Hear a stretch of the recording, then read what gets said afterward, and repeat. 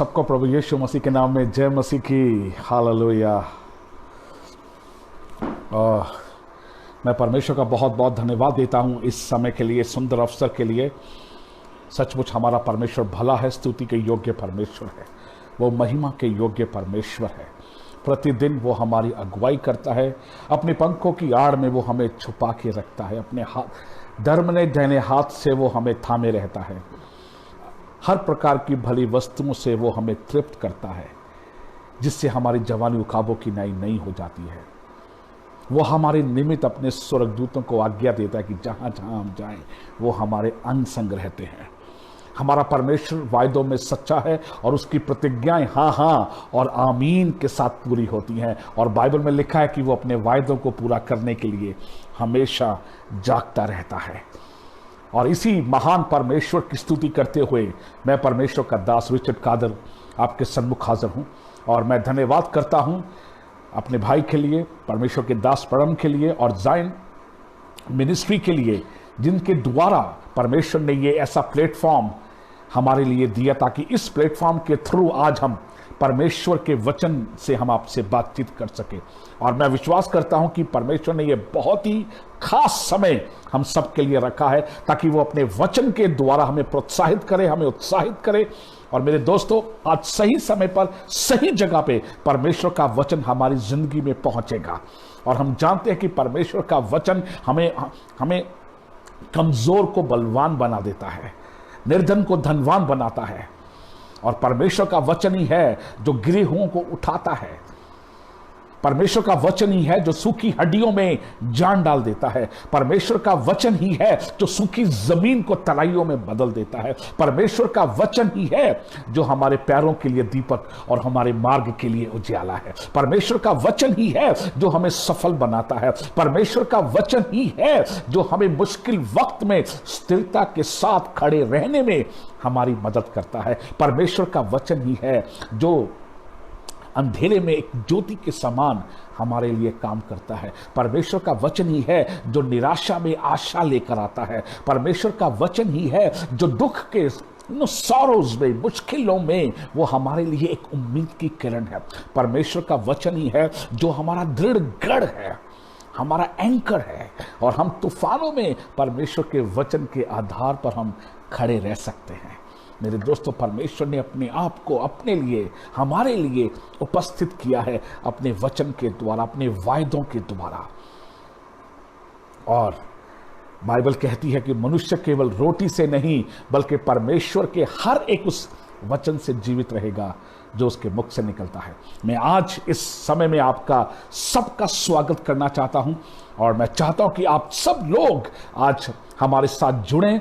और अगर आप चाहते हैं तो आप इस लिंक को आप दूसरों के साथ भी आप शेयर कर सकते हैं ताकि आपके साथ साथ बहुत इसके द्वारा आशीष पाएं। और मैं प्रभु यीशु मसीह के नाम से अपने उन तमाम भाई बहनों का जो हिंदुस्तान में और हिंदुस्तान से बाहर हमारे साथ जुड़ रहे हैं और इस वचन को सीखने जा रहे हैं, मैं आप सबका प्रभु यीशु मसीह के नाम से मैं आपका स्वागत करता हूं। और आज परमेश्वर हमें उत्साहित करे। इस बड़े पैंडेमिक सिचुएशन में, बड़े पैंडेमिक हालातों में परमेश्वर का वचन ही है जो हमें दृढ़ करता है। परमेश्वर का वचन ही है जो हमें मजबूत करता है। Many times our hearts may fail, but there is one truth which always prevail, that God is the strength of my heart. परमेश्वर ही है जो हमारा बल है, परमेश्वर ही है जो हमारा छुपने का स्थान है, परमेश्वर ही हमारी आशा है, वो ही हमारी उम्मीद है। मैं अपनी आंखें पर्वत की ओर लगाऊंगा, मेरी सहायता कहां से आती है? मेरी सहायता उसी परमेश्वर की ओर से आती है जो आकाश और पृथ्वी का बनाने वाला परमेश्वर है। वो तेरे पांव को कभी टलने ना देगा। सुन आपका और मेरा परमेश्वर, सुन इजराइल का परमेश्वर, सुन हमारी कलीसियाओं का परमेश्वर, हमारे पंजाब का, लुधियाने का, हिंदुस्तान का परमेश्वर, कश्मीर से कन्याकुमारी तक का परमेश्वर ना सोता है ना कभी ऊँगता है। हालेलुया। तराइयों का परमेश्वर, पहाड़ियों का परमेश्वर, जंगल, नदी, नालों का परमेश्वर है। वो ना कभी सोता है और ना कभी ऊँगता है। वो सारी संभवताओं का परमेश्वर है और उसके वायदों में हाँ हाँ और आमीन है मेरे दोस्तों। हालेलुया। हालात चाहे कैसे भी हो मेरे दोस्तों, परमेश्वर हमारे लिए पर्याप्त है। He is more than enough, he is more than enough in the midst of the storm, he is more than enough in the midst of crisis, he is more than enough in the midst of pandemic situation. I tell you, my God is more than sufficient, my God is more than enough. मेरा परमेश्वर, आपका परमेश्वर, इब्राहिम, इसहाक और याकूब का परमेश्वर हमारे लिए काफी है। He is more than enough. Hallelujah. O hallelujah. उसका हाथ छोटा नहीं हो गया कि वो उद्धार ना कर सके, वो बहरा नहीं हो गया कि वो सुन ना सके। वो पर्याप्त है, वो पर्याप्त है। आइए अपने हाथों को उठाकर अपने होठों से ये माने कि वो मेरे लिए पर्याप्त है, वो मेरे लिए काफी है। मेरा परमेश्वर मेरे लिए काफी है, मेरा अच्छा चरवाहा मेरे लिए काफी है, मेरा यहोवा राफा जो मुझे चंगा करता है वो मेरे लिए काफी है। यहोवा ईरे जो मेरी सारी पूर्ति करता है, वो जो सारा उपाय करता है, वो परमेश्वर मेरे लिए काफी है। यहोवा निस्सी जो जय का झंडा है वो मेरे लिए काफी है। यहोवा शालोम सारी तसल्ली का परमेश्वर मेरे लिए काफी है। उसकी शांति जो हमारी समझ से बिल्कुल बाहर है, हमारे मनों और विचारों को परमेश्वर में सुरक्षित रखती है। और आज मेरी यह प्रार्थना है कि परमेश्वर के वचन के द्वारा एक नया नजरिया, एक नई उमंग, एक नई उम्मीद और एक नई बेदारी और सबसे बढ़कर परमेश्वर की शांति आपके दिलों में, आपके मनों में और आपके विचारों में आने पाए, ताकि वो शांति आपको सुरक्षित रखे। Hallelujah, hallelujah, hallelujah. Oh, thank you, Lord. I praise you, God. I bless you, Jesus. I honor you, God. I bless you, God. Bless you, Jesus. आपकी स्तुति हो परमेश्वर, आपकी प्रशंसा हो प्रभु जी। आप महान है, आप महान है, स्तुति के योग्य परमेश्वर है प्रभु जी। आप हमारे सोचों, हमारे ख्यालों से बढ़कर हमारे लिए कर सकते हैं। आप परमेश्वर जो बातें हैं ही नहीं उनको इस प्रकार बुलाते हैं कि मानो वो हैं। हालेलुया। परमेश्वर, आप जब दरवाजा खोलते हैं तो कोई उसको बंद नहीं कर सकता, और जो दरवाजा आप बंद कर सकते हैं उसको कोई खोल नहीं सकता। परमेश्वर, आज की शाम मैं घोषणा करता हूं प्रभु जी, आपका दास होने के नाते, कि आप मरुस्थल में नदियों को बहा रहे हैं, जंगल में से रास्तों को आप निकाल रहे हैं। परमेश्वर, आपकी स्तुति हो।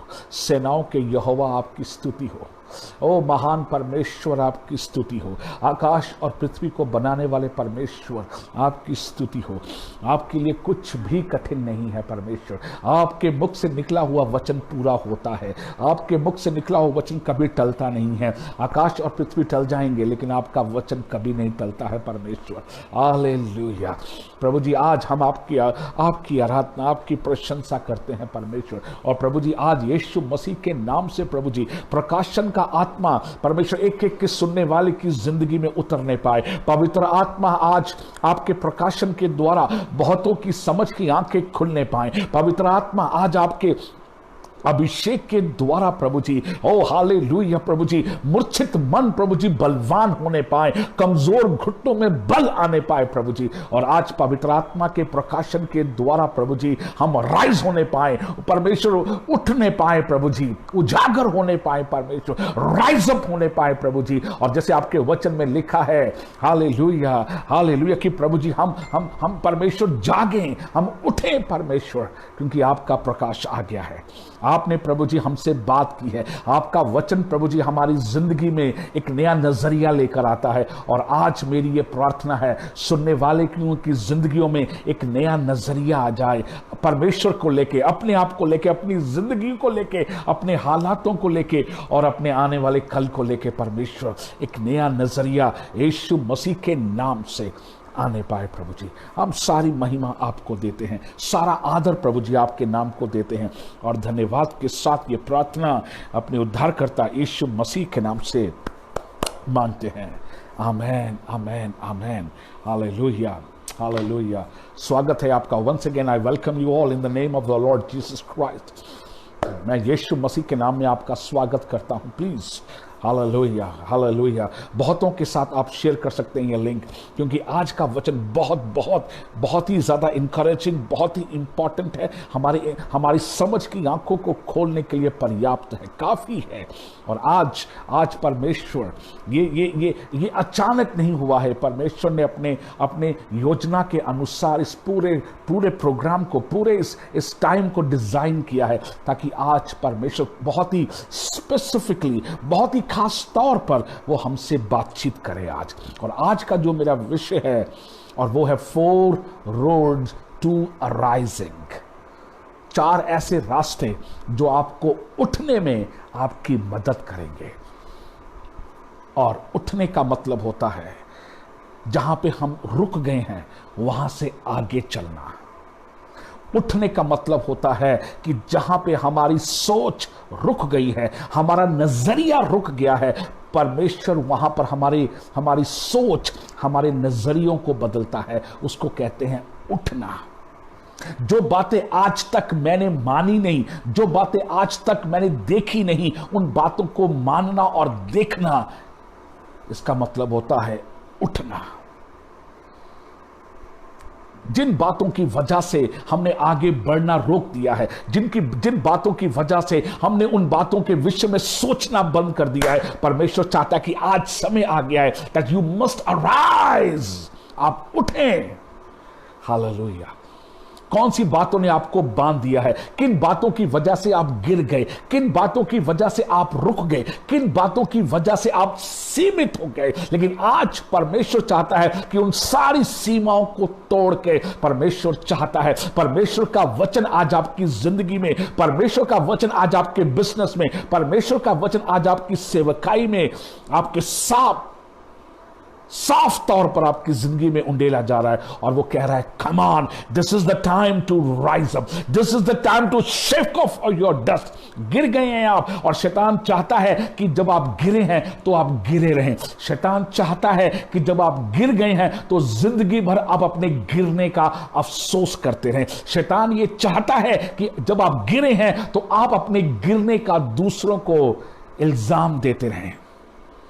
पर वो कभी नहीं चाहेगा कि आप डस्ट ऑफ करके अपनी मिट्टी झाड़ें और उठें। पर परमेश्वर का वचन आज आपके लिए पहुंच रहा है। परमेश्वर का वचन आज आपसे बात करने जा रहा है। और परमेश्वर कहना चाहता है, यशायाह की किताब उसके 60 अध्याय और उसके पहले 7 वचन को मैं आज आपके बीच में पढ़ना चाहूंगा। और मैं चाहता हूं कि आप इस वचन को बहुत ध्यान से सुनिएगा। हो सकता है कि आप में से कईयों को यह वचन मुंह जुबानी भी आता हो, और अक्सर हम इन वचनों को सुनते हैं, लेकिन आज एक बहुत अलग पर्पस के साथ, एक बहुत ही अलग उद्देश्य के साथ परमेश्वर अपने वचन को हमारे बीच में उंडेल रहा है। और वो चाहता है कि आज हम राइज अप होने पाए। We must dust off, we must dust off. कहां हम रुक गए हैं, हम वहां से आगे चलें। किन बातों ने हमें रोक दिया था, उन बातों को उतार कर फेंक दें। हालेलुया। डस्ट ऑफ, मिट्टी। जब बच्चे छोटे होते हुए गिरते हैं, हम माँ बाप क्या करते हैं? हम माँ बाप उनकी तरफ भागते हैं और भागकर हम उनको उठाते हैं। मेरे दोस्तों, एक माँ बाप का एक फर्ज होता है अपने बच्चों को, जब वो गिरते हैं, चाहे वो किसी भी वजह से गिरें, वो बच्चे जब गिरते हैं, हम एक माँ बाप होने के नाते अपने बच्चों को उठाते हैं, उनकी मिट्टी को हम झाड़ते हैं और उनको हम बोलते हैं, कुछ नहीं हुआ, आगे जाओ। आज आपका और मेरा वही परमेश्वर हमसे कहना चाहता है कि yes, you have fallen down, you have stuck somewhere, but don't worry, this is the moment, this is the right season, this is the right hour, this is the right time to come up, rise up, rise up. उठने का वक्त आ गया है। और कौन सी 4 बातें हैं आज मैं आपके बीच में बांटूंगा? कौन सी ऐसी 4 बातें हैं जो आपको उठने के लिए मदद करेंगी? यस मेरे दोस्तों, आज हमें जिंदगी की उन 4 सच्चाइयों की जरूरत है जो हमें उठाएंगी, और सिर्फ उठाएंगी नहीं, बल्कि उठाकर हमें बोलेगी, राइज एंड शाइन। मेरे दोस्तों, परमेश्वर सिर्फ हमें उठाने के लिए नहीं, हमें उठने के लिए नहीं, बल्कि उठकर प्रकाशमान होने के लिए कह रहा है। वो कौन सी ऐसी 4 बातें हैं जो हमें उठाएंगी और हमें प्रकाशमान करेंगी? कौन सी ऐसी वो 4 बातें हैं जो हमें दुनिया में अंधेरे में भी हमें प्रकाशमान होने के लिए कह रही हैं? और बाइबल में लिखा है, बहुत ध्यान से सुनिएगा, और मैं बहुत बहुत बहुत ज्यादा इन वचनों को लेकर एक्साइटेड हूं मैं। और बाइबल में लिखा है, यशाया उसके 7 अध्याय में लिखा है, उठ प्रकाशमान हो क्योंकि तेरा प्रकाश आ गया है। Yes, for your light has come, rise and shine for your light has कम। तेरा प्रकाश आ गया है और यहोवा का तेज तुझ पर उदय हुआ है। देख, पृथ्वी पर तो अंधियारा है। आज बहुत सारा जो पेंडेमिक सिचुएशन है, वर्ल्ड वाइड क्राइसिस है, दुनिया में बहुत सारी प्रॉब्लम्स, बहुत सारी समस्याएं आए दिन, सिर्फ कोरोना कोविड-19 की नहीं, और बहुत सारी नेचुरल डिजास्टर्स हो रहे हैं। कई जगहों पे कई अलग अलग खबरें हमें मिलने को, सुनने को मिल रही हैं, और उसकी वजहों से आज मानसिक तनाव, आर्थिक तनाव, सामाजिक तनाव, नौकरियों को लेके, जॉब्स को लेके, बिजनेस को लेके, सर्वाइविंग को लेके, स्कूल कॉलेजेस एजुकेशन को लेके कितने सारे सवाल हमारे सामने खड़े हो गए हैं, कितनी सारी चुनौतियां हमारे सामने खड़ी हो गई है। ना उम्मीदी के बादल छा चुके हैं, ना उम्मीदी के काले बादलों ने आकर घेरा डाल दिया है, और लोगों की जो नकारात्मक सोच, नकारात्मक भाषा, नकारात्मक दृष्टिकोण और नकारात्मक नजरिया जो है वो जीने के लिए काफी नहीं है, और वो एक ऐसे कागार पर खड़े हो गए हैं जहां उनको आगे बढ़ने के लिए, आगे चलने के लिए कोई रास्ता नजर नहीं आ रहा है। लेकिन मेरे दोस्तों, परमेश्वर अभी भी हमारे लिए पर्याप्त है, परमेश्वर अभी भी हमारे लिए काफी है, उसके वायदे हमारे लिए काफी हैं, उसका वचन हमारे लिए काफी है, उसकी विश्वास योग्यता हमारे लिए काफी है, उसका ना खत्म होने वाला प्रेम हमारे लिए काफी है, उसका उपाय हमारे लिए काफी है, उसका स्वर्गीय धन हमारे लिए काफी है, उसका वचन जिसमें हाँ और आमीन लिखी हुई है, वो वचन हमारे लिए काफी है। मेरे दोस्तों, हालेलुया, रुके नहीं, थमे नहीं, टूटे नहीं, बिखरे नहीं, क्योंकि आज ये वक्त आ गया। This is the right time to rise up, this is the right time to rise and shine, for your light has come and the glory of the Lord is risen upon you. क्योंकि परमेश्वर का तेज आप पर उदय हुआ है, परमेश्वर ने आज आपसे बात की है, परमेश्वर आपकी ओर है, परमेश्वर का हाथ आपके ऊपर है मेरे दोस्तों, इसलिए आप गिरे ना रहें। आज वक्त आ गया है कि परमेश्वर अपनी कलीसियाओं को, परमेश्वर अपने अगुओं को, hallelujah, I feel in my spirit कि आज कुछ दास ऐसे हैं जो अपनी जिंदगी में कहीं ना कहीं रुक गए हैं। They have been discouraged, they have been disappointed, they have been in a stage where they feel so much insecure.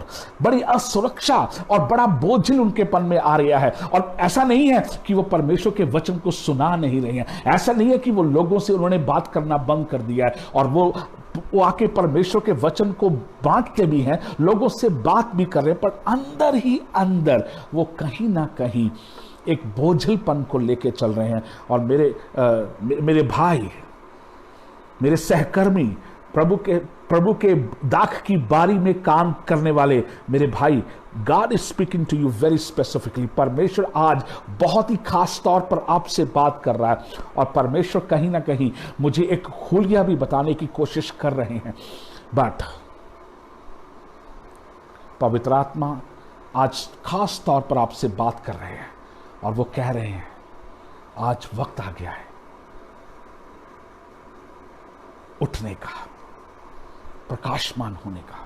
और आज मैं बहुत जल्द आपके साथ वो 4 बातें बांटूंगा, वो 4 बातें जो आपको उठने में और प्रकाशमान होने में आपकी मदद करेंगी। दुश्मन चाहता है कि आप गिरे रहें, दुश्मन चाहता है कि आप विलाप करते रहें, दुश्मन चाहता है कि आप एक विक्टिम मेंटालिटी के साथ, एक जख्मी मानसिकता के साथ आप जिएं। दुश्मन चाहता है कि आप परिस्थितियों को देख के कड़वे होते रहें। दुश्मन चाहता है कि आप परिस्थितियों को देखकर असहायक फील करते रहें। दुश्मन चाहता है कि परिस्थितियों को देख के आप परिस्थितियों के अनुसार बोलें, परिस्थितियों के अनुसार गाएं, परिस्थितियों के अनुसार बातें करें। लेकिन आज परमेश्वर आपसे कहना चाहता है, उठ, प्रकाशमान हो, क्योंकि तेरा प्रकाश आ गया है। हालेलुया। जाति जाति तेरे पास प्रकाश के लिए और राजा तेरे आरोहण के प्रताप की ओर आएंगे। अपनी आंखें चारों ओर उठाकर देख, वे सब के सब इकट्ठे होकर तेरे पास आ रहे हैं। It's a pure prophetic word. It's a pure prophetic word. मेरे दोस्तों, आप परिस्थितियों को ना सुने। आज मैं चाहता हूं कि कोई कहेगा आपसे, ऐसा कैसे हो सकता है, और ये तो ऐसा हो ही नहीं सकता कि हम परिस्थितियों को ना देखें।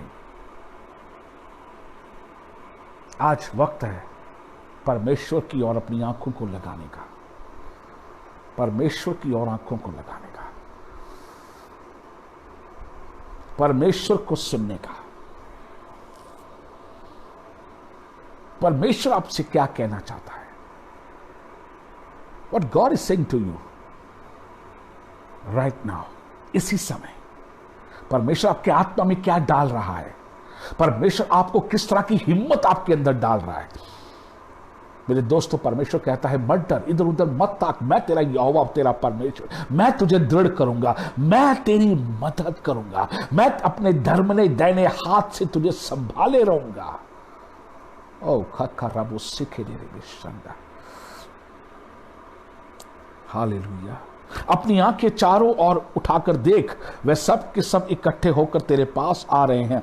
तेरे पुत्र दूर से आ रहे हैं और तेरी पुत्रियां हाथों हाथ पहुंचाई जा रही हैं। अब तू इसे देखेगी और तेरा मुख चमकेगा, तेरा हृदय थरथराएगा और आनंद से भर जाएगा, क्योंकि समुद्र का सारा धन और जाति जाति की धन संपत्ति तुझको मिलेगी। तेरे देश में ऊंटों के झुंड और मिधान और एपा देशों की साड़नियां इकट्ठी होंगी। शिबा के सब लोग आकर सोना और लोबान भेंट लाएंगे और यहोवा का गुणवाद आनंद से सुनाएंगे। केदार की सब भेड़ बकरियां इकट्ठी होकर तेरी हो जाएंगी। नबायोत के मेढ़े तेरी सेवा टहल के काम में आएंगे। मेरी वेदी पर वे ग्रहण किए जाएंगे और मैं अपने शोभायमान भवन को और भी प्रतापी कर दूंगा। परमेश्वर अपने भवन को और भी ज्यादा क्या करेगा? प्रतापी करेगा। मेरे दोस्तों, आप और मैं, हम परमेश्वर का भवन है। आप और मैं, हम परमेश्वर का जीवित भवन है। मेरे दोस्तों, उसने अपने भवन को त्यागा नहीं है। उसने अपने भवन से अपनी आंखों को हटाया नहीं है। उसने अपने भवन से अपनी दिलचस्पी लेनी रोकी नहीं है। उसने अपने भवन को अपना भवन बनाकर कहा है कि मैं इसको और भी ज्यादा प्रतापी करूंगा। मैं अपनी आत्मा में देख सकता हूं कि इन दिनों में जो आई टेल यू, इस समय परमेश्वर अपने भवन को प्रतापी भवन बना रहा है। हम इन दिनों में सामाजिक तौर पर सोशली इतने कनेक्टेड तो नहीं है, हम फिजिकली नहीं मिल रहे हैं, लेकिन हम अपनी अपनी जगहों पे बैठ के जो परमेश्वर की ओर देख रहे हैं और जिनके लिए परमेश्वर कहता है कि यहोवा का तेज तुझ पर उदय हुआ है। परमेश्वर की ग्लोरी, परमेश्वर की शकीना, उसकी हजूरी का जो वेट है, उसकी हजूरी का जो वजन है, वो तुझ पर आकर बैठ गया है। और वो हजूरी का जो तेज है, वो अपने भवन को प्रतापी बना रहा है। मेरे दोस्तों, जब परमेश्वर की हजूरी आके आपको छूती है, जब परमेश्वर की हजूरी अपने परमेश्वर के लोगों को छूती है, वो भवन जो होते हैं वो प्रतापी भवन बन जाते हैं। और कहता है, मैं उसी भवन को, जो प्रतापी भवन बन रहा है, उस भवन के लिए मैं क्या करूंगा? मैं जगह जगह से भेड़ों को इकट्ठा करूंगा ताकि उसमें से क्या हो, वो बलिदान दोबारा चढ़ाए जा सके। And let me tell you my friends, I feel in my spirit so strong, the time is coming when again जगह जगह से लोग कलीसियाओं में आएंगे, क्योंकि परमेश्वर का जो भवन भवन है वो आप और मैं हैं, और जहां हम आएंगे वहां प्रताप होगा, वहां पे परमेश्वर की महिमा होगी। और जब परमेश्वर की महिमा होगी तो जगह जगह से लोग इकट्ठे होना शुरू हो जाएंगे, इकट्ठे होंगे। परमेश्वर बटोरेगा दोबारा, परमेश्वर इकट्ठा करेगा, और जहां ऐसी ऐसी जगहों से परमेश्वर अपने मेढ़ों को, अपनी भेड़ों को इकट्ठा करेगा कि हम सोचा नहीं। क्योंकि परमेश्वर अपने भवन को और भी ज्यादा प्रतापी बना रहा है। क्योंकि आज परमेश्वर कहता है उठो, प्रकाशमान हो। हम देखना बंद ना करें मेरे दोस्तों, हम आगे बढ़ना ना बंद करें, क्योंकि हमें आगे बढ़ने के लिए मेरे दोस्तों कोविड-19 किसी भी हालत पर रोक नहीं सकता है। क्योंकि जब परमेश्वर ने आपको कहा है गो फोर्थ, तो मेरे दोस्तों कोविड-19 नहीं रोक सकता है। सिंहासन पर कोई महामारी नहीं बैठी है, सिंहासन पर कोई किसी भी तरह की बीमारी नहीं बैठी है, बल्कि सिंहासन पर आपका और मेरा महान प्रतापी राजा परमेश्वर, सेनाओं का यहोवा विराजमान है।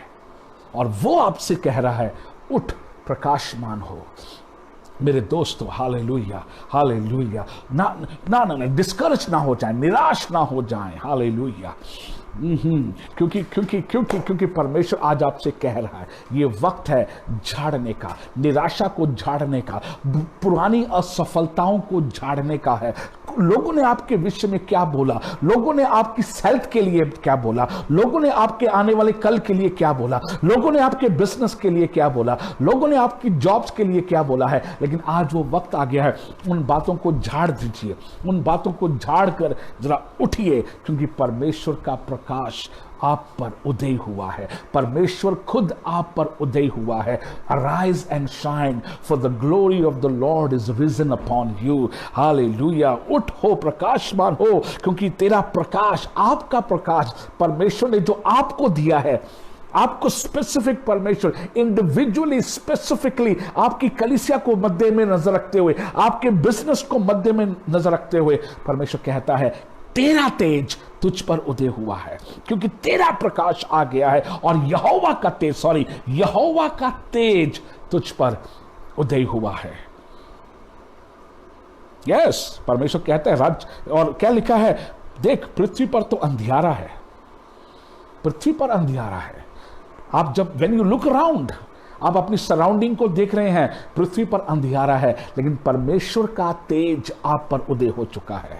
परमेश्वर ने अपना प्रकाशन आपको दे दिया है। परमेश्वर ने जो प्रॉमिसेस आपको दिए हैं वो प्रॉमिसेस परमेश्वर का तेज है। जो वायदे परमेश्वर ने आपको दिए, जो प्रोफेटिक वर्ड परमेश्वर ने आपको दिए हैं, वो परमेश्वर का तेज आपके लिए है। मेरे दोस्तों, जो पवित्र आत्मा ने आपके आत्मा के अंदर जो प्रॉम्प्टिंग दी है, वो प्रॉम्प्टिंग परमेश्वर का तेज आपके ऊपर आ चुका है। परमेश्वर ने अपने दासों के द्वारा आपके व्यक्तिगत जीवन में जब आप प्रार्थना कर रहे थे, तो परमेश्वर ने अपने वचन के द्वारा जो वचन आपके आत्मा में डाले हैं, वो वचन ही है जो परमेश्वर का तेज आप पर उदय हुआ है। हालेलुया।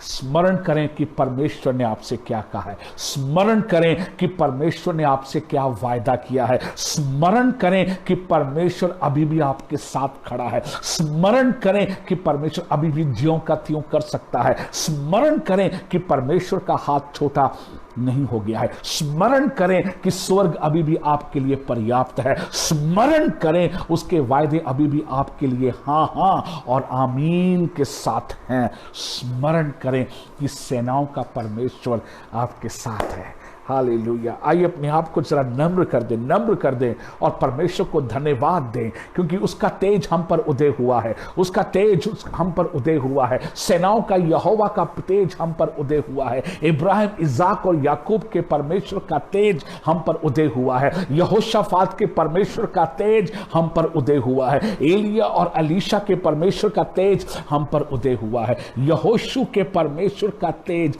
हम पर उदय हुआ है। कालेब के परमेश्वर का तेज हम पर उदय हुआ है। हालेलुया। स्मरण करें, जब मैंने इन कैरेक्टर्स के जब नाम लिए हैं मेरे दोस्तों, मैं जब इन कैरेक्टर्स के नाम ले रहा हूं ना, तो मुझे पता है कि मैं क्यों इनके नाम ले रहा हूं। क्योंकि जब मैं इनके नाम लेता हूं तो परमेश्वर का हाथ मैं इनके जीवन में देखता हूं, परमेश्वर का काम मैं इनके जीवन में देखता हूं, परमेश्वर के अलौकिक मिरेकल अचंभित काम मैं देखता हूं। और वे कैसे परमेश्वर के साथ चले हैं, परमेश्वर ने कैसे अपने आप को इनकी जिंदगी में अपने आप को साबित किया है, परमेश्वर ने कैसे अपना बलवंत हाथ इनको दिखाया है। मैं जानता हूं, मैं जब इनके नाम को बोल रहा हूं तो परमेश्वर कहता है कि मैं तुम्हारा भी परमेश्वर हूं। एलिया का परमेश्वर हमारा परमेश्वर, कालेब का परमेश्वर हमारा परमेश्वर, यहोशाफात का परमेश्वर हमारा परमेश्वर, एलीशा का परमेश्वर हमारा परमेश्वर, यहोशू का परमेश्वर हमारा परमेश्वर, हनूक का परमेश्वर हमारा परमेश्वर है, नूह का परमेश्वर हमारा परमेश्वर है, इब्राहिम का परमेश्वर हमारा परमेश्वर है, इसहाक का परमेश्वर हमारा परमेश्वर है, याकूब का परमेश्वर हमारा परमेश्वर है, यूसुफ का परमेश्वर हमारा परमेश्वर है, बेंजामिन का परमेश्वर हमारा परमेश्वर है, यहूदा का परमेश्वर हमारा परमेश्वर है। Hallelujah, hallelujah. Glory, glory, glory, glory, glory. Thank you Jesus, thank you Lord. Hallelujah. आइए जल्द से हम देखें वो 4 बातें जो हमें उठने में, हमें प्रकाशमान होने में मदद करती हैं। हालेलुया। एक बात और बोल के हम इन बातों की तरफ चलेंगे। जब परमेश्वर कहता है कि उठ और प्रकाशमान हो क्योंकि तेरा प्रकाश आ गया है, ये एक्चुअल में it's a indication of change, it's a indication of change. ये एक बदलाव का चिन्ह है, एक बदलाव का मौसम है और परमेश्वर हमें बदलना चाहता है। परमेश्वर हमें एक स्तर से दूसरे स्तर पर ले जाना चाहता है और जहां हम गिर गए हैं वहां से परमेश्वर हमें उठाना चाहता है। So it is a indication of change.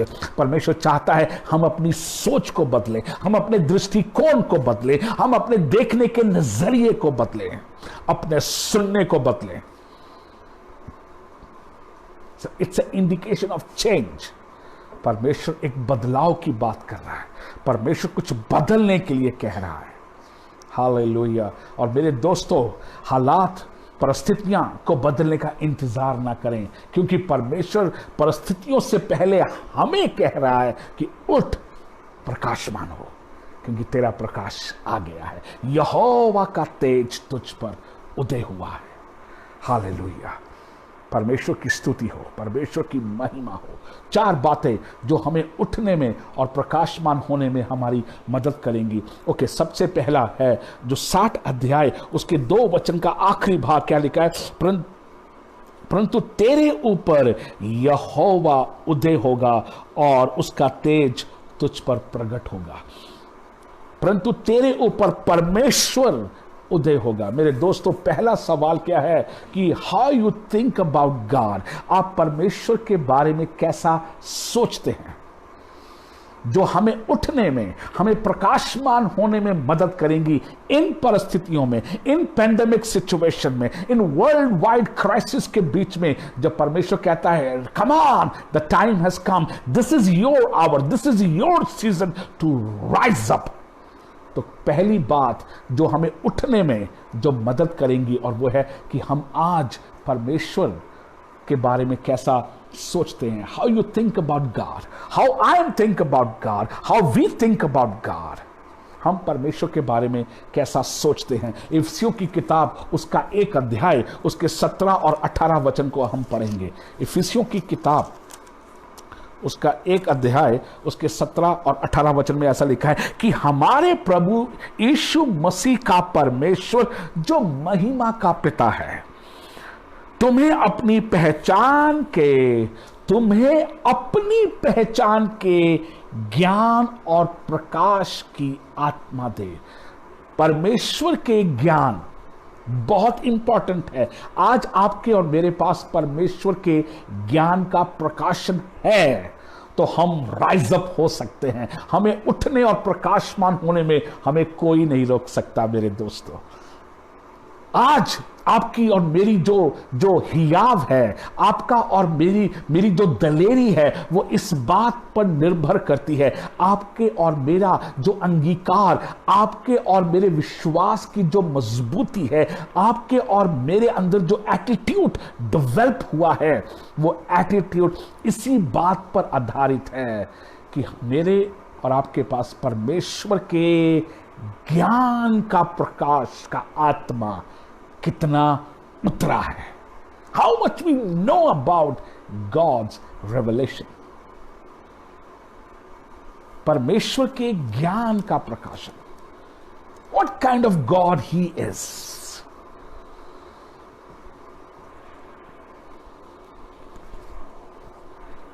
Ibrahim ने यहोवा ईरे के नाम से उसको जाना, गिदियन ने यहोवा शालोम के नाम से उसको जाना कि वो शांति का परमेश्वर है, वो एक जय का झंडा है। जब लोग अपनी मुसीबतों में, अपनी मुश्किलों में, अपने क्राइसिस के बीच में जब परमेश्वर की ओर मुड़े थे ना, उनको पता था कि वो किस तरह के परमेश्वर की ओर मुड़ रहे हैं। जब परमेश्वर की बात सुनकर इब्राहिम ने अपने बेटे को उस मोरिया पर्वत पर ले जाकर कुर्बान चढ़ाने के लिए कदम उठाया, वो जानता था कि किस परमेश्वर ने उसको बोला है और किस परमेश्वर ने उसके साथ वाचा बांधी है, और वो परमेश्वर कैसा है। मेरे दोस्तों, आपका और मेरा परमेश्वर कैसा है? What you think about God? आपके पास परमेश्वर के ज्ञान का प्रकाशन है या नहीं है? क्योंकि अगर आज आपके पास परमेश्वर के ज्ञान का प्रकाशन नहीं है तो मेरे दोस्तों, अब परिस्थितियां आपको चबा जाएंगी, परिस्थितियां आपको निगल जाएंगी, डर आपको दबोच लेगा, निराशा आपको चकनाचूर कर देगी, और परिस्थितियों के जो थपेड़े हैं वो आपको इस तरह से लगेंगे कि वो आपको आगे बढ़ने से रोक देंगे। पर आपके पास अगर परमेश्वर के ज्ञान का प्रकाशन है, आप जानते हैं कि what kind of my God he is. Hallelujah. बीमारियों के बीच में अगर वो यहोवा राफा है तो वो मुझे चंगाई दे सकता है, क्योंकि बाइबल में लिखा है कि तू अपने यहोवा परमेश्वर की उपासना करना, तब वो तेरे अन्न जल पर आशीष देगा और तेरे बीच में से सारे रोगों को दूर कर देगा। लेकिन मेरे दोस्तों, मैं आज एक बात आपके सामने बोलना चाहूंगा, और जो बहुत बहुत इंपॉर्टेंट है, और वो है भजन संहिता 103 अध्याय कि कुछ पद ऐसे लिखते हैं, हे मेरे मन तू यहोवा को धन्य कह। क्यों कहे हम अपने परमेश्वर को धन्य? क्यों दाऊद कहता कि मेरे मन तू यहोवा को धन्य कह? मेरे दोस्तों, ये बहुत इंपॉर्टेंट है, ये बहुत इंपॉर्टेंट है जानना कि हम अपने परमेश्वर को धन्य क्यों कहते हैं। हे मेरे मन तू यहोवा को धन्य कह, और जो कुछ मुझ में है उसके पवित्र नाम को धन्य कह। हे मेरे मन तू यहोवा को धन्य कह, तू उसके किसी भी उपकारों को ना भूलना। मेरे दोस्तों, इंग्लिश में ऐसा लिखा है, do not forget all his goodness, do not forget all his benefits। तो उसके उपकारों को ना भूलना। आपका और मेरा परमेश्वर उपकारों को करने वाला परमेश्वर है। कौन कौन से उपकार करता है? बाइबल में लिखा है, वही तो तेरे सारे अपराधों को क्षमा करता है, वही तो तेरे सारे रोगों को चंगा करता है, और वही तो तेरे प्राण को नाश होने से बचाता है, और वही तुझे हर भली वस्तु से तृप्त करता है। He always satisfies with his goodness।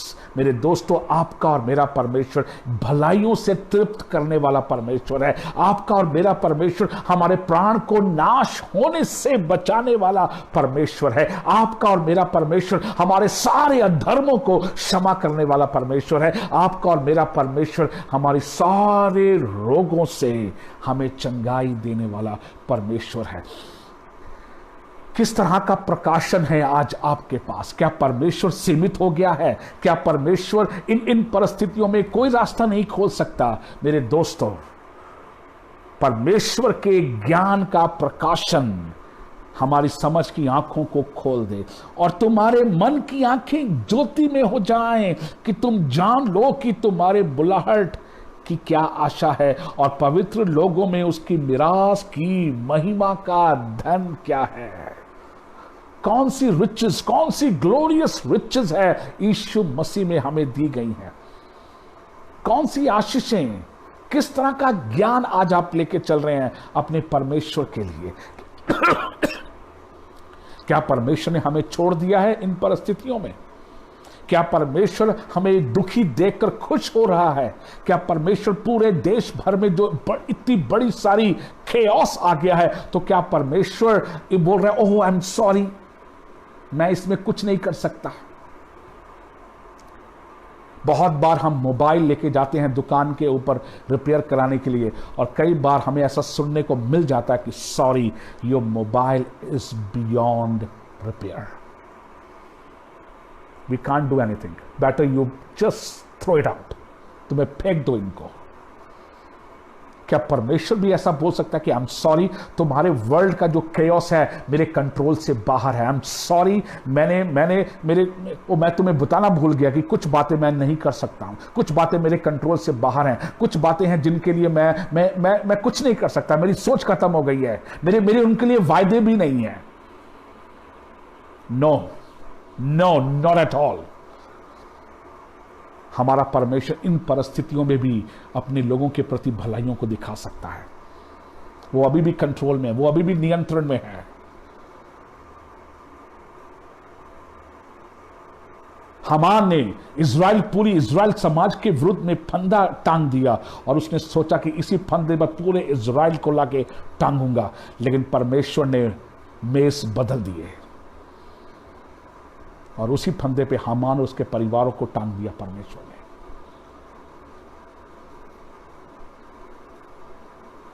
और दाऊद कहता है कि परमेश्वर तू मेरे शत्रुओं को उनकी योजना के अनुसार मुझे छोड़ नहीं देगा, क्योंकि परमेश्वर कहता है कि दुश्मन ने मेरे लिए बहुत सारी युक्तियां रची हैं, पर परमेश्वर आपकी योजनाएं ही सफल होंगी। मेरे दोस्तों, आज की शाम परमेश्वर का वचन है कि परमेश्वर की योजनाएं ही आपके जीवन में सफल होंगी। So what you think about God?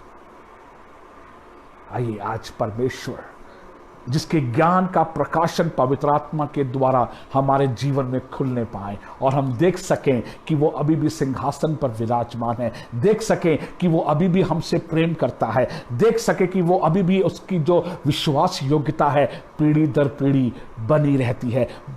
हम ये देखने पाए कि उसकी दया और उसकी करुणा हम पर बनी हुई है, ये देख सके कि उसका अनुग्रह हमारे लिए काफी है, ये देख सके कि वो हमेशा हर दम हर घड़ी हर समय वो हमारे अंग संग रहता है।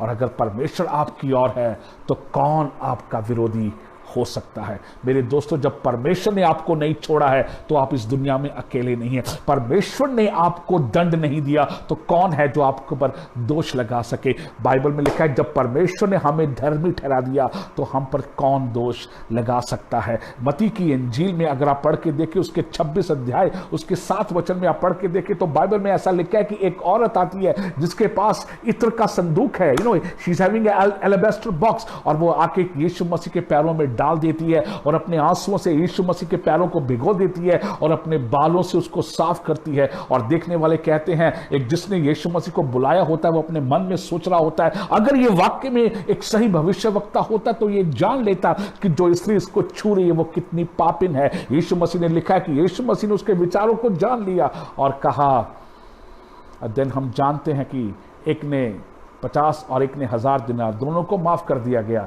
इन दोनों में से कौन है जो ज्यादा धन्यवादी होगा? और उसने कहा जिसके ज्यादा माफ हुए।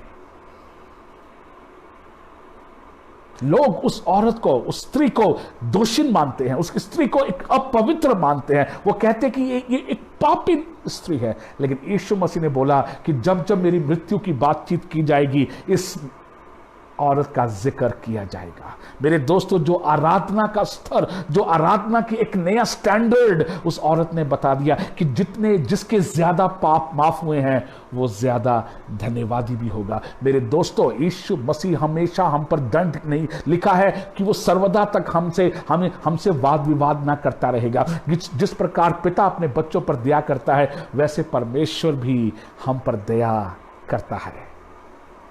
वाह! लोग उसको पापिन बोल रहे हैं, लेकिन यीशु मसीह कहता है कि जा, तेरे विश्वास ने तुझे चंगा किया, फिर दोबारा पाप ना करना। मैं आज 4 बातें बोलूंगा जो परमेश्वर को सही रूप से जानने के लिए। मेरे दोस्तों, परमेश्वर प्रेम है, हम जानते हैं, लेकिन परमेश्वर पवित्र भी है। अगर परमेश्वर प्रेम है तो उसी प्रेम की वजह से वो क्या करता है? पापी को क्षमा करता है। अगर कोई पापी उसके सामने आके क्षमा मांगता है, पर अगर वो पवित्र है तो बाइबल में लिखा है वो पापी को दंड भी देता है, क्योंकि वो पवित्र है। और अगर वो पाप को पाप ना देखे फिर वो पवित्र नहीं, और अगर वो पापी को क्षमा ना करे फिर वो परमेश्वर प्रेमी नहीं। लेकिन वो पापी जब उसके पास आकर दया मांगते हैं, उससे माफी मांगते हैं, मैंने भी परमेश्वर से माफी मांगी और उसने मेरे अधर्मों को क्षमा कर दिया। लेकिन अगर कोई पाप में मर जाता है तो परमेश्वर का वचन कहता है वो सर्वदा के लिए दंडित गिना जाएगा। परमेश्वर क्षमा करने वाला और परमेश्वर न्याय करने वाला है। अगर परमेश्वर क्षमा नहीं करता है तो पापी कैसे उद्धार पाएगा? और अगर परमेश्वर न्याय नहीं करता है तो इसका मतलब है परमेश्वर पवित्र नहीं है,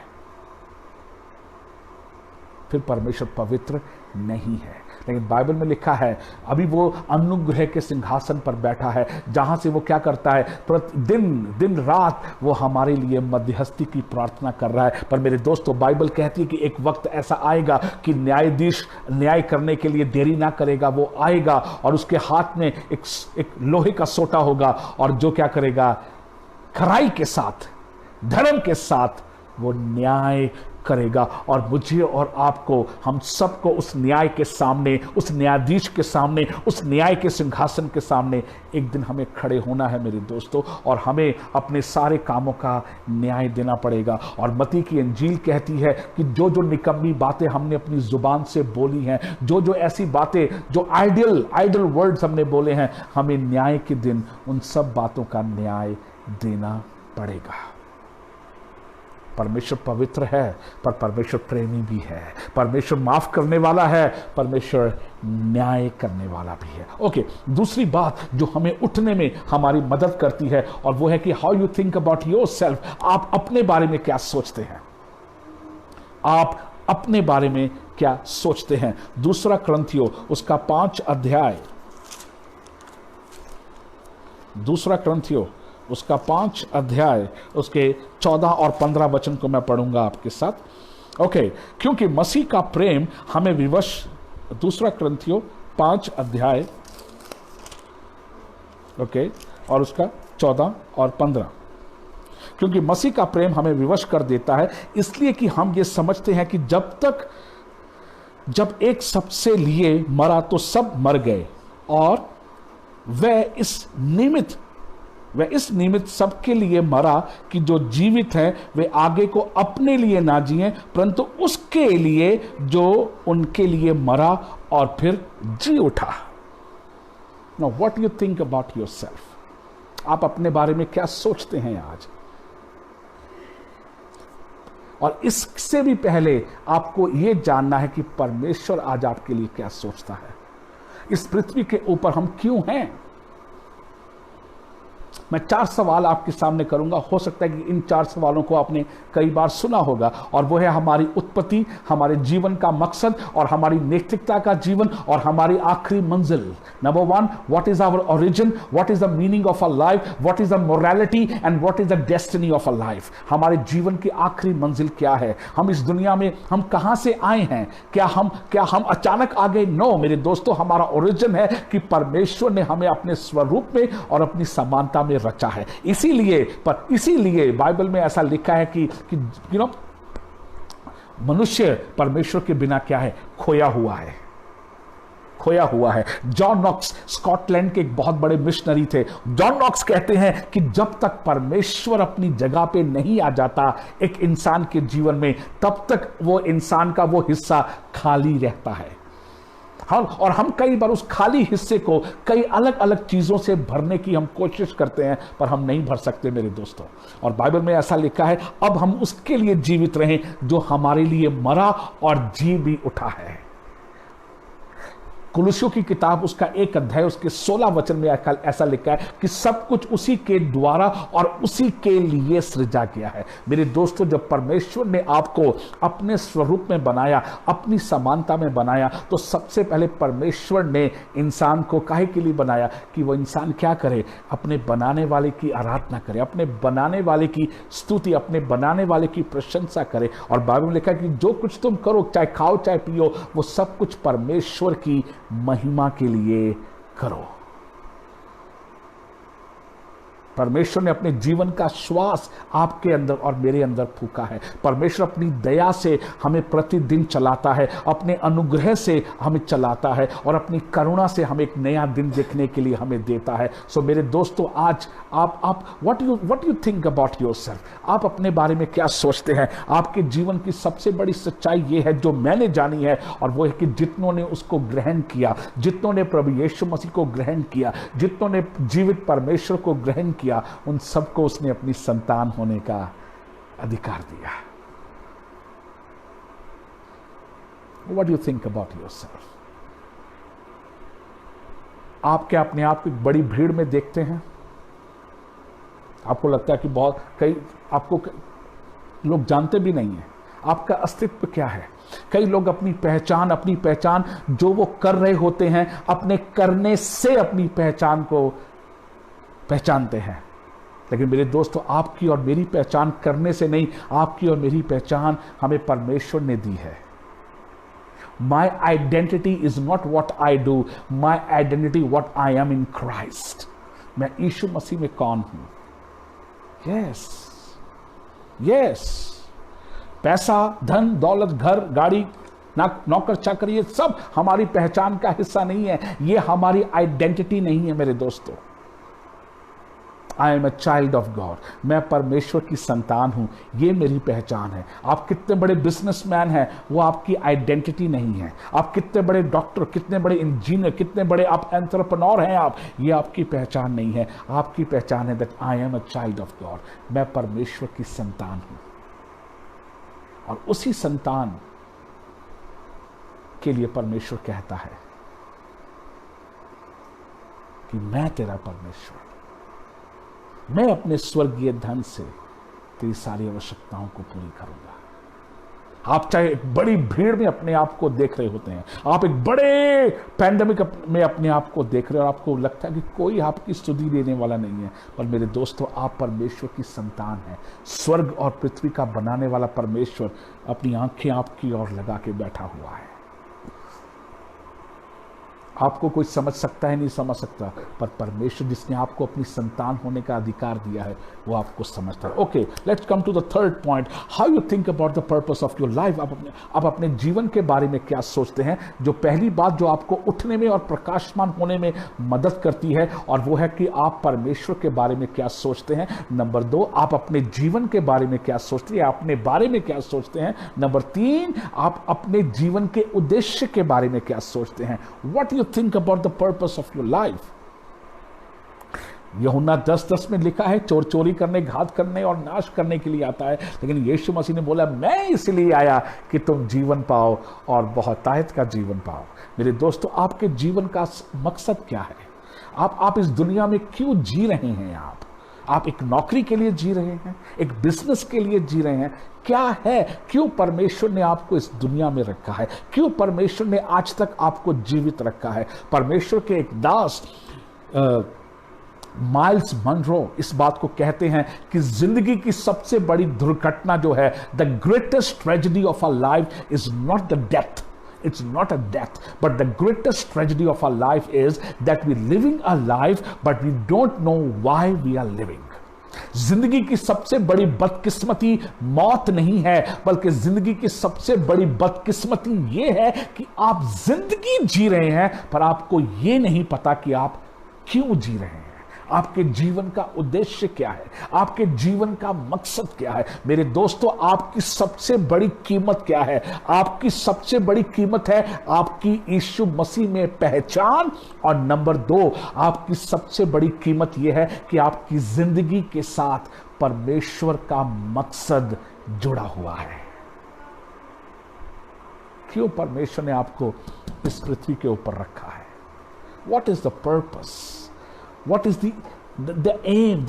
आपके जीवन का क्या है? What is the meaning of your life? लोग कई बार पैसों में अपना मीनिंग ढूंढते हैं। कई बार लोग अपनी बड़ी बड़ी नौकरी, बड़े बड़े लोग कहते हैं कि एक बार थ्रिल कर लूं, एक बार मैं दुनिया घूम लूं, एक बार मैं साइकिल पे ऐसा कर लूं, एक बार बाइक पे मैं ऐसा कर लूं, एक बार गाड़ी में मैं ऐसा कर लूं, इतना बड़ा स्टंट कर लूं, जहाज से पैराग्लाइडिंग कर लूं, कुछ भी कर लूं, समुद्र में जाके ये सब एक्साइटमेंट क्या है? लाइफ को मीनिंग दे सकती है? नो। यिर्मयाह की किताब उसके 29 बाब में ऐसा लिखा है। परमेश्वर कहता है कि देख, मैंने तेरे लिए, तेरे विश्व में जो योजनाएं बनाई हैं वो लाभ ही की हैं, हानि की नहीं है। परमेश्वर के पास आपके लिए प्लान है, परमेश्वर के पास आपके लिए पर्पस है। और कई बार लोग इस बात को पूछते हैं कि मैं कैसे जानूंगा कि परमेश्वर के पास मेरे लिए कौन सा प्लान है, कौन सा पर्पस है, उसके पास मेरे लिए किस तरह की योजनाएं हैं। मेरे दोस्तों, आप योजनाओं को तब जान पाएंगे जब योजना बनाने वाले पहले परमेश्वर को आप जानेंगे। जब तक आप परमेश्वर पर भरोसा नहीं रखेंगे, आप उसकी बनाई हुई योजनाओं पर भी आप भरोसा नहीं रख पाएंगे। आज से आप ये जानें कि मैं इस दुनिया में अचानक नहीं आया हूं। इस दुनिया में मैं किसी इंसान की मर्जी से नहीं आया। परमेश्वर ने अगर आपको आज तक जीवित रखा है तो उसके पीछे बहुत है, और ये योजना ही आपको क्या करेगी? कहेगी, now the time has come, rise up and shine. मेरे दोस्तों, अभी जिंदगी खत्म नहीं हुई है। आप फेल हो सकते हैं कई बातों में, बट फेलियर इस बात की निशानी नहीं है कि आपकी जिंदगी के लिए परमेश्वर के पास कोई योजना नहीं है। लोगों ने आपको धोखा दिया है, लेकिन इसका मतलब ये नहीं है कि परमेश्वर की योजना आपके लिए नहीं है। आपने बहुत बार कोशिश की, पर हर बार आप असफल हो गए। पर असफलताएं इस बात का चिन्ह नहीं है कि परमेश्वर के पास आपके लिए योजना नहीं है। लोगों ने आपको हमेशा अंडर एस्टिमेट किया है, लोगों ने हमेशा आपको क्या किया है? रद्द किया है, लोगों ने हमेशा आपको रिजेक्ट किया है, लोगों ने हमेशा आपको मिसकैलकुलेट किया है। पर इसका मतलब ये नहीं है कि परमेश्वर के पास आपके लिए योजना नहीं है। मेरे दोस्तों, आप रास्ते पे पड़े हुए एक गधे के जबड़े की हड्डी की समान हो सकते हैं, लेकिन जब एक अभिषिक्त उसको उठाता है तो वो हड्डी एक हथियार में बदल जाती है, और वो हजारों फलिस्तियों को मारने के लिए काफी होती है। उस विधवा के अनुसार घर में पड़ा हुआ छोटी सी कुप्पी का तेल उसकी नजर में कुछ नहीं है, लेकिन जब परमेश्वर का भविष्यवक्ता बोलता है कि जाओ खाली बर्तन ले आओ और उंडेलना शुरू करो, तब तक उस कुप्पी की कोई वैल्यू नजर नहीं आती है। लेकिन क्या करती है? वो ही कुप्पी कितने सारे खाली बर्तनों को भरकर उन विधवा के दोनों बेटों को गुलामी में जाने से रोक देती है, और वही कुप्पी भर तेल की उनके सारे कर्जे के जुए को उनके ऊपर से तोड़ देती है। यूसुफ की तरह आपको भी लोग बोलते होंगे, he is a day dreamer boy, दिन के समय सपने लेने वाला। पर मेरे दोस्तों, आपके साथ परमेश्वर की योजना जुड़ी हुई है। परमेश्वर का पर्पस आपके साथ जुड़ा हुआ है।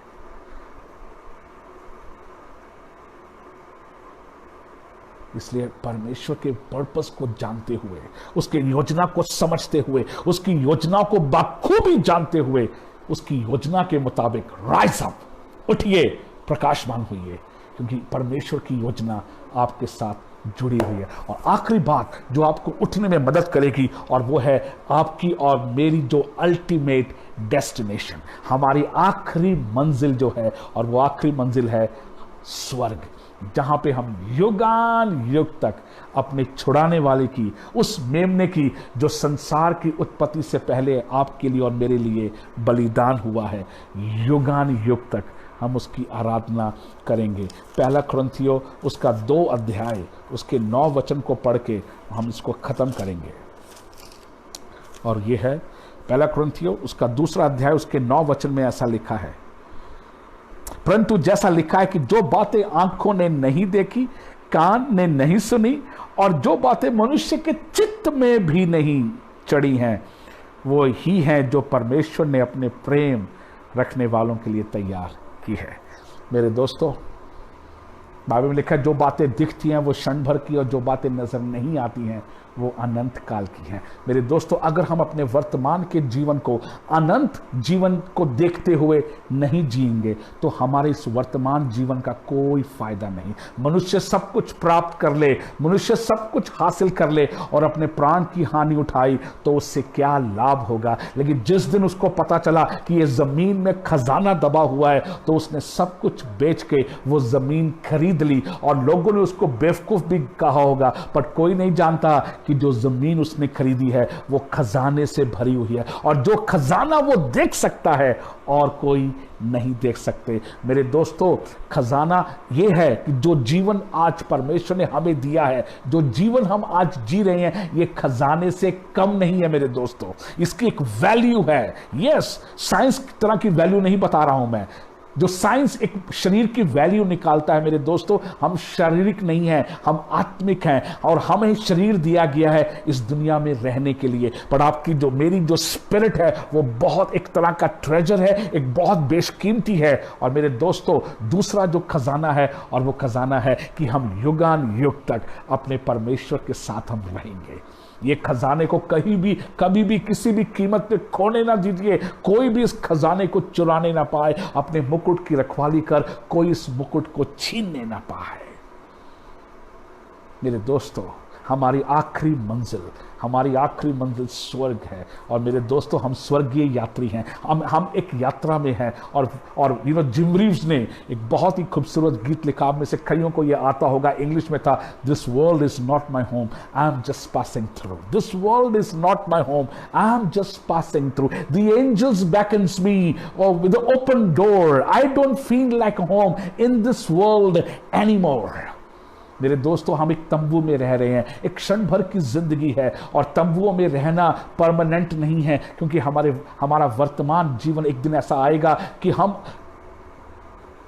नाशवान से अविनाशी जीवन में दाखिल हो जाएंगे। मेरे दोस्तों, ये तंबू हाथ का बना हुआ है, लेकिन एक तंबू ऐसा है, एक ऐसा घर है जो कभी नाश होने का नहीं, क्योंकि उस घर की जो नींव है, उस घर का जो बनाने वाला आपका और मेरा परमेश्वर है। आखिरी बात बोल के खत्म करूंगा। यीशु मसीह ने साफ बोला, हे तुम्हारा मन व्याकुल ना हो, let your heart not be trouble. तुम्हारा मन व्याकुल ना हो। तुम मेरे पिता पर विश्वास करते हो, मुझ पर विश्वास करते हो।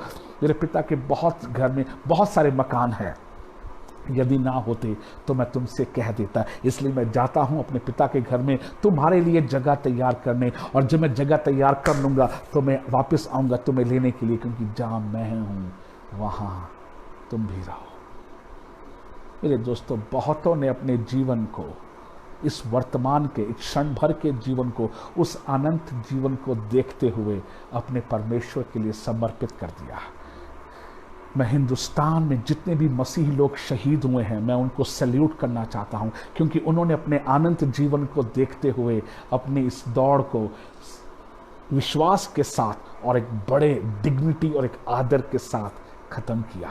चाहे लोगों ने सताव के द्वारा उनको कैसे भी करके उनको मारा, लेकिन मेरे दोस्तों, हम उससे ना डरें जो शरीर को नाश कर सकते हैं, बल्कि उससे डरें जो आत्मा और शरीर दोनों का नाश कर सकता है। हालेलुया। उन्होंने अपनी दौड़ को पूरा किया, चाहे वो इस दुनिया से चले गए, पर मेरे दोस्तों, now they are in a better place. वो प्रमोट किए गए हैं, वो प्रमोशन किए गए लोग हैं वो, और वो आज अपने पिता परमेश्वर के साथ बैठकर आनंद कर रहे हैं। मैं उनके परिवारों को ये बात बोलना चाहूँगा, मेरे दोस्तों, आप निराश ना हो, क्योंकि उन्होंने अपनी दौड़ को पूरा किया है।